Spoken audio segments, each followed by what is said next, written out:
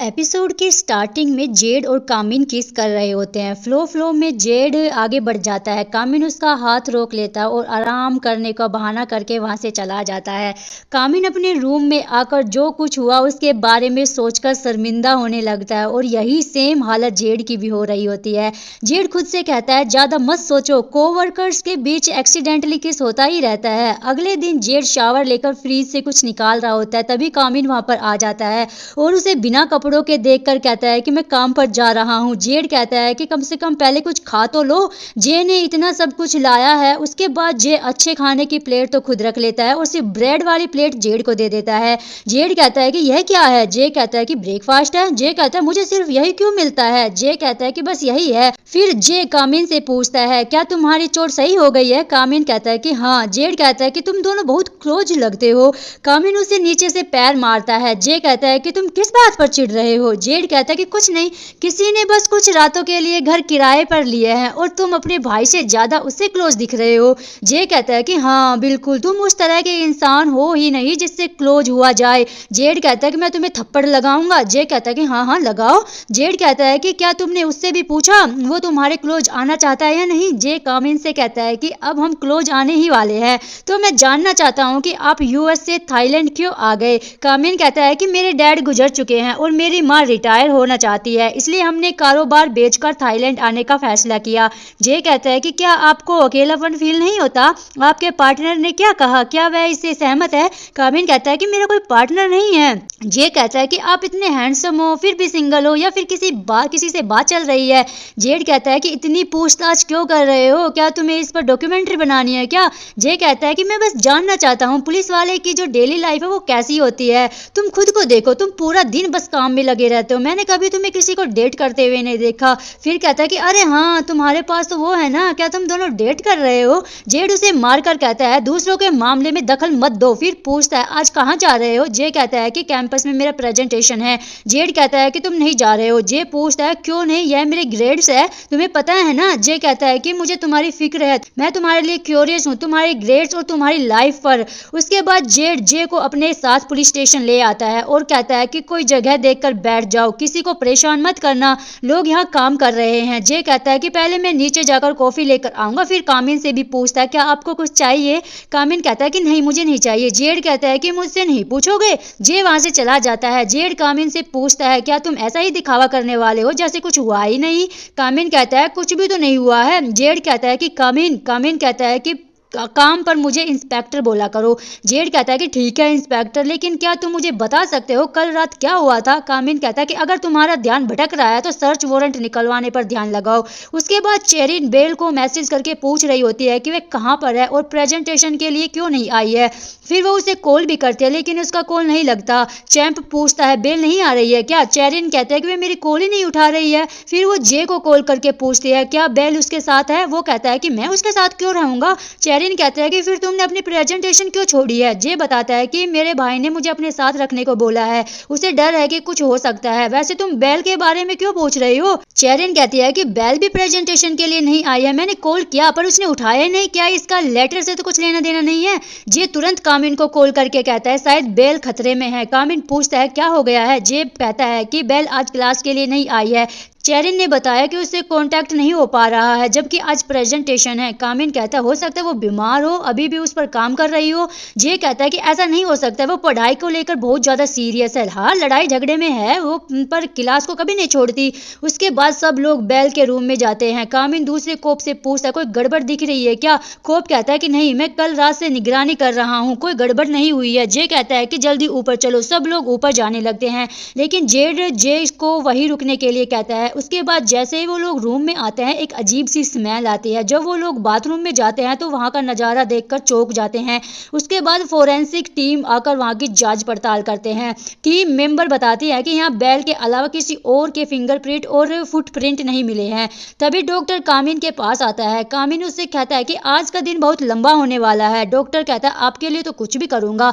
कामिन कहता है कि मेरे लिए कुछ करने की जरूरत नहीं है, बस अपनी ड्यूटी करो और सच का पता लगाओ। डॉक्टर शर्मिंदा होकर कहता है कि कि ठीक है। फिर उसे एक मास्क देते हुए कहता है कि इसे पहन लो, कहीं अंदर कोई खतरनाक केमिकल ना हो।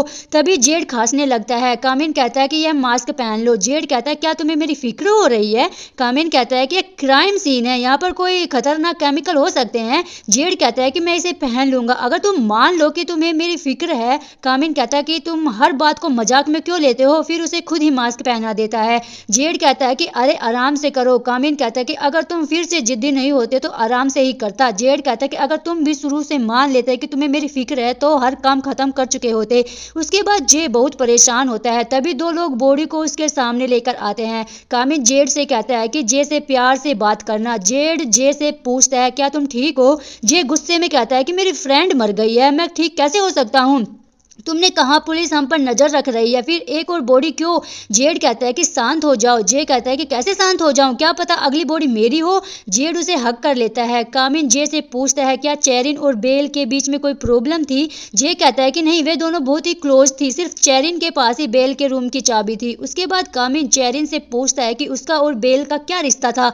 चेरिन कहते हैं कि हम दोनों दोस्त थे। कामिन कहता है क्या अपनी फ्रेंड के बारे में हमें कुछ बता सकती हो? चेरिन कहती है कि बेल पढ़ाई को लेकर बहुत सीरियस थी। लाइफ में उसे दो ही चीजें पसंद थी, पहली पढ़ाई और दूसरी लोगों को पीटना। फिर एक फ्लैशबैक दिखाया जाता है जहां बेल एक लड़की को पीट देती है, कुछ लड़कियां मिलकर बेल को पीट देती है। चेरिन कहती है कि वह जुबान की जो थोड़ी तेज थी और लड़ाई में भी माहिर थी। जब भी हमारे ग्रुप में कोई परेशानी होती सिर्फ वही हमारे लिए आवाज उठाती थी, लेकिन कभी कभी वह लापरवाह हो जाती थी। वो कहती है कि बेल हमेशा कहती थी कि वह कुछ भी हो सकती है पर इज्जत कभी नहीं। जे बताता है कि एक रात बेल ने हमें उसे उसके कमरे पर छोड़ने को बोला। जब हम वहां पहुंचे तो उसने कहा कि इंजन और लाइट्स ऑफ कर लो। फिर एक लड़की वहां से जा रही थी, बेल ने उस पर एसिड डाल दिया था। जेड कहता क्या तुम्हें पता है अगर वह तुम पर आरोप लगाती तो तुम पर भी उसके साथी होने का आरोप लगता? जे कहता है कि मैं जानता हूं, मैंने सोचा नहीं था बेल ऐसा कुछ करेगी, सब कुछ बहुत जल्दी हुआ, मुझे लगा मैंने अपनी पूरी कोशिश की। चेरिन बताती है कि बेल ने मुझे कल रात भी मैसेज किया था लेकिन मुझे समझ नहीं आया उसका क्या मतलब था। मैंने उसे आज सुबह कॉल किया लेकिन उसने उठाया नहीं। चेरिन अपना फोन दिखाते हुए कहते हैं कि मैं सच बोल रही हूँ, प्लीज मेरा विश्वास कीजिए। उसके बाद वे लोग फुटेज चेक करते हैं। पाई कहती है यह मामला भी ड्रिंक मी मामला जैसा ही है, 1 और 2 के बीच सारे कैमरे खराब हो गए हैं। तभी जेड एक कार को नोटिस करता है जिसमें डैश कैम लगा हुआ था। जेड पाई से उस कार के कमरे की फुटेज लाने के लिए कहता है। थोड़ी देर बाद पाई डैश कैम फुटेज लेकर आती है जिसे देखने पर पता चलता है कि अपराधी चश्मा पहनता है। उसके बाद दोनों कैबिन में आते हैं। कामिन कहता है कि तुम मेरा पीछा क्यों कर रहे हो? जेड कहता है क्या अब तुम मेरी तारीफ नहीं करोगे? कामिन कहता है किस लिए? जेड कहता है कि मैंने संदिग्ध के बारे में सुराग ढूंढने के लिए इतनी मेहनत की है, क्या तुम एक बार भी मेरी तारीफ नहीं करोगे? कामिन कहता है क्या तुम 3 साल के बच्चे हो जो तुम्हें तारीफ चाहिए कि तुमने अच्छा काम किया है? जेड उसका हाथ हटाकर कहता है कि मैं कोई डॉग नहीं हूँ। कामिन कहता है तुम्हें खुश करना मुश्किल है। जेड कहता है सच कहूँ तो मुझे तारीफ नहीं चाहिए थी, मैं बस कोशिश करना चाहता हूँ। पहले लगा तुम मुझसे बात नहीं करोगे लेकिन मुझे पता था तुम खुद को मुझसे बहस करने से रोक नहीं सकते। फिर उसके क्लोज होकर कहता है मैंने पहले ही बोला था मेरा मुंह अच्छे से काम करता है, दोनों किस करने ही वाले होते हैं। लेकिन जेड कहता है अगर तुम इसे हैंडल कर सकते हो तो बस सहन करो। उसके बाद डॉक्टर बताता है कि एसिड की वजह से कुछ जगह सफेद और काली पड़ गई है और पेट में भी सल्फ्यूरिक एसिड और हाइड्रोफ्लोरिक एसिड मिला है। कामिन कहता है वो कांच पर नकाशी वाला? डॉक्टर कहता है कि हाँ आप तो बहुत होशियार हैं इंस्पेक्टर। कामिन कहता है कि किसी शरीर को भिगोने के लिए इतना एसिड कौन खरीदता है? डॉक्टर कहता है कि मौत का तरीका बहुत अलग है। जेड कहता है कि अपराधी ने शायद इतना एसिड काले बाजार से खरीदा होगा। कामिन कहता है कि और उसे केमिस्ट्री की काफी नॉलेज होनी चाहिए।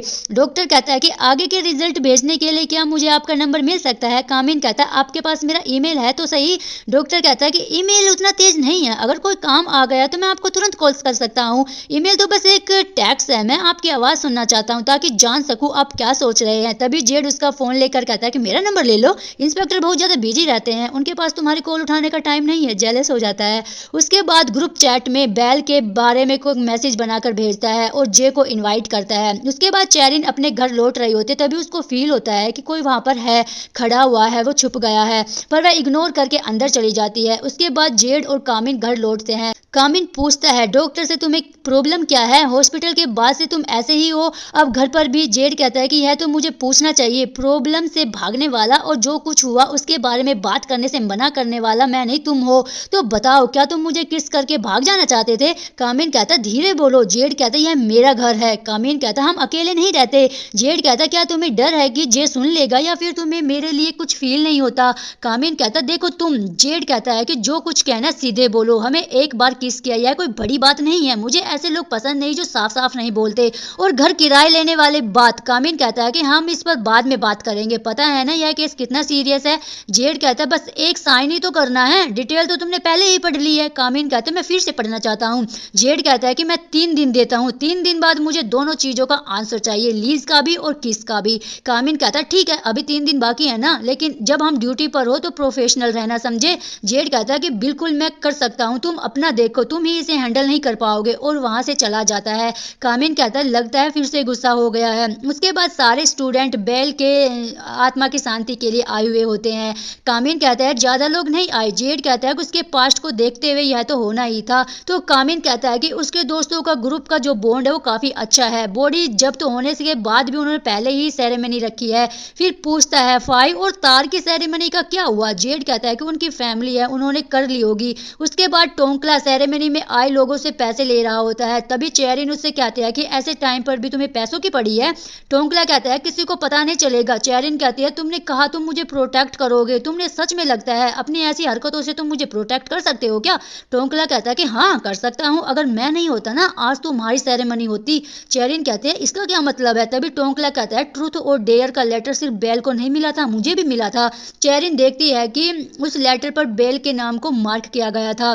टोंकला कहता है मैंने ही तुम्हारी बजाय बेल का चुना था, और मुझे तुम्हें प्रोटेक्ट करने के लिए किसी एमपी का बेटा होने की जरूरत नहीं है, मैं तुम्हें अकेला प्रोटेक्ट कर सकता हूँ। दूसरी तरफ कामिन और जेड फुटेज देखते हैं। कामिन कहता है चेरिन पक्का हमसे कुछ छुपा रही है। जेड कहता है बेल के घर जो लेटर मिला उस पर चेरिन का नाम था, तो बेल का नाम किसके लेटर पर था? कामिन कहता है किसी और को जो भी लेटर मिला होगा जिसने अभी तक हमें बताया नहीं है। जेड कहता है और वो इंसान टोंकला हो सकता है। फिर दोनों फुटेज में देखते हैं टोंकला अपना लेटर चेरिन को दिखाता है। उसके बाद टोंकला गैराज आया हुआ होता है, लेकिन वहाँ पुलिस को देखकर जाने लगता है, तभी कैन उसे पकड़ लेता है। जेड कहता है कि हमें कुछ चेक करना है। टोंकला कहता है क्या चेक करना है, मैं कल्प्रिट नहीं हूँ।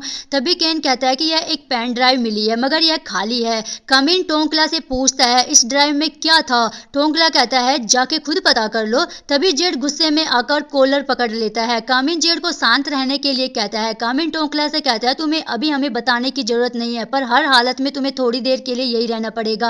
केन उसे वहां से ले जाता है। जेड को टोंकला के बैग से लेटर मिल जाता है। तभी कामिन वहां पर एक कार को नोटिस करता है।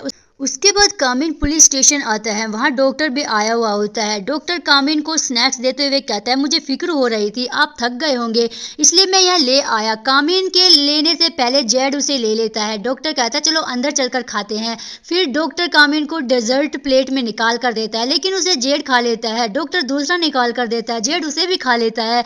कामिन कहता है चलो काम की बातें करते हैं। डॉक्टर कहता है आपको याद तो है हमें तार की बॉडी में केटामाइन मिला था? जेड कहता है कि उसने बताया बेल के रूम में भी हर जगह केटामाइन मिला था। डॉक्टर कहता है कि इस केस से पहले भी हमें दूसरी बॉडीज में केटामाइन मिला था। कामिन कहता है तो क्या यह वही किलर है? डॉक्टर कहता है मुझे ऐसा नहीं लगता क्योंकि मौत का तरीका अलग है, लेकिन मुझे यकीन है कि ड्रग्स एक ही सोर्स से आए हैं। यहाँ जेड कुछ बकवास सा बोल देता है। कामिन कहता है कि थैंक यू डॉक्टर हमें बताने के लिए। डॉक्टर कहता है कि अगर आपको बुरा ना लगे तो क्या मुझे आपका नंबर मिल सकता है? जेड कहता है मुझे बुरा लगेगा, हम जल्दी में हैं, और कामिन को वहां से ले जाता है। कामिन बाहर आकर पूछता है वैसे हम कहाँ जा रहे हैं? जेड कहता है कि मैं तुम्हें पेट्रोलिंग पर ले जा रहा हूँ। कामिन पूछता कहाँ पर? जेड कहता है मुझे अभी अभी याद आया वो बच्चे कहाँ से ड्रग्स अरेंज करते हैं, तो हम वही जा रहे हैं। कामिन कहता है तो टोंकला से कौन बात करेगा? तो जेड कहता है कि अरे हाँ यह भी तो है। कामिन कहता है कि ऐसा करो तुम और केन चले जाओ, मैं यहाँ पर काम खत्म करके आता हूँ। जेड ठीक है बोलकर जाने लगता है। कामिन उसे रोकता है। जेड कहता है कि अब क्या है? कामिन कहता है कि अपना ख्याल रखना। जेड कहता है अगर तुम्हें मेरी फिक्र हो रही है तो सीधे कहो। कामिन कहता है कि हाँ मुझे तुम्हारी फिक्र है। जेड कहता है कि चलो फिर घर पर मिलते हैं। उसके बाद जेड वही स्टार्टिंग वाले लड़के को फिर से पकड़ता है और पूछता है ड्रग्स कहाँ से मिलते हैं। लड़का बताता है कि वाइल्ड हंट से।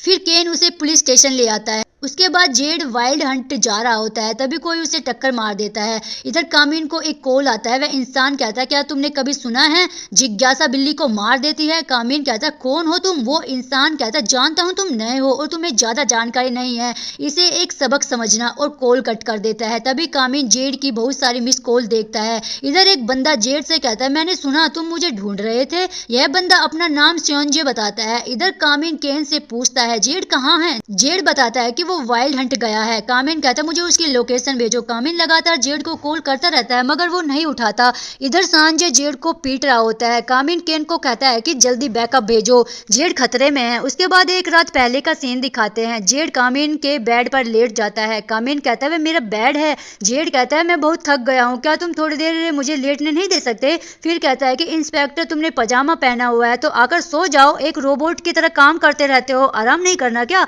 कामिन कहता है, मैं बस केस को खत्म करना चाहता हूँ। जेड कहता है कि अगर तुम्हें नींद नहीं आ रही है तो मैं तुम्हारे साथ सो सकता हूँ, तुम सेफ फील करोगे। कामिन कहता है, तुम्हें कैसे पता मुझे नींद नहीं आ रही? जेड कहता है कि हर रात तुम्हारे रूम की जो लाइट है वो ऑन रहती है तो मुझे लगा तुम सो नहीं पा रहे। उसके बाद जेड जबरदस्ती उसे सोने के लिए ले जाता है और बेड पर जबरदस्ती सुला देता है। कामिन कहता है, मैं कोई बच्चा नहीं हूँ। जेड कहता है कि अगर बच्चे नहीं हो तो सो जाओ। कामिन कहता है, तुमने कहा तुम्हारे साथ सोने से मुझे जल्दी नींद आ जाएगी। जेड उसके क्लोज होकर गाना गुनगुनाने लगता है और कहता है, सो जाओ, रात में कुछ नहीं होगा, वादा करता हूँ सब सेफ रहेंगे। कामिन सो जाता है। जेड उसको पुकारता है मगर वो जवाब ही नहीं देता तो जेड उसके चिपक कर सो जाता है और इसी के साथ ये एपिसोड खत्म हो जाता है। मिलते हैं नेक्स्ट एपिसोड में, आज के लिए बस इतना ही। Thanks for watching, bye bye.